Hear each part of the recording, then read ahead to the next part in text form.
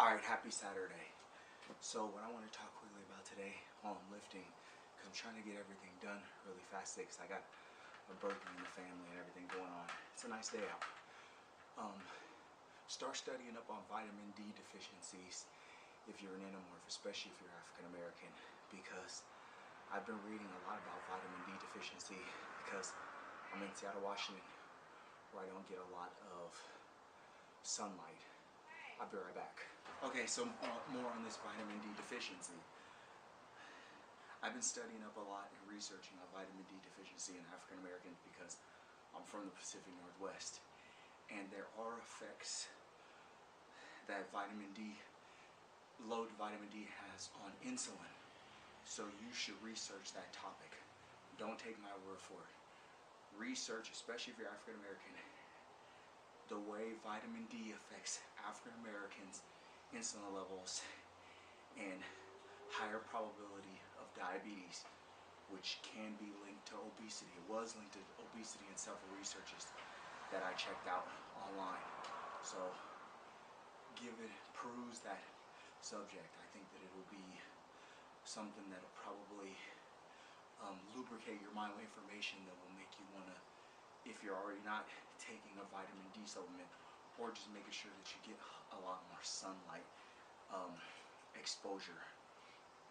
You do have to be careful though because of skin cancer and other things, you know, but there is a certain amount of, I think they say 15 to 30 minutes of sunlight exposure to the legs and arms. Yeah, and more for African Americans. African Americans have dark skin pigmentation, which is makes production of vitamin D more difficult because of the melanin in the skin is it handles UV radiation better. So check that out. I think I'll have one more idea after this next set. Okay, so as an endomorph, what I've been looking up lately is fat intake. So I also recommend, because I'm not a professional scientist or anything like that, or a fitness pro, I recommend you researching topics that have to do with fat intake for endomorphs as well. I am learning that endomorphs need to intake a lot more fat than I've been intaking. So I'm going to start increasing the amount of avocado and nuts and seeds that I'm eating per day, because I think my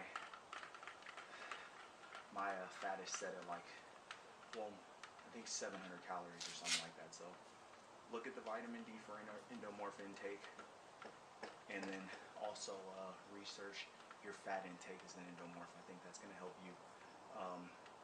Vitamin D, I feel, because of my own application, I feel will help you with fat loss and insulin sensitivity if you start supplementing that or getting out in the sun more, and eating foods that are fortified with vitamin D, and also research the amount of fat that you need to intake as an endomorph, because higher fat has been linked to higher fat intake has been linked to more efficient fat oxidation for endomorphs. Happy Saturday.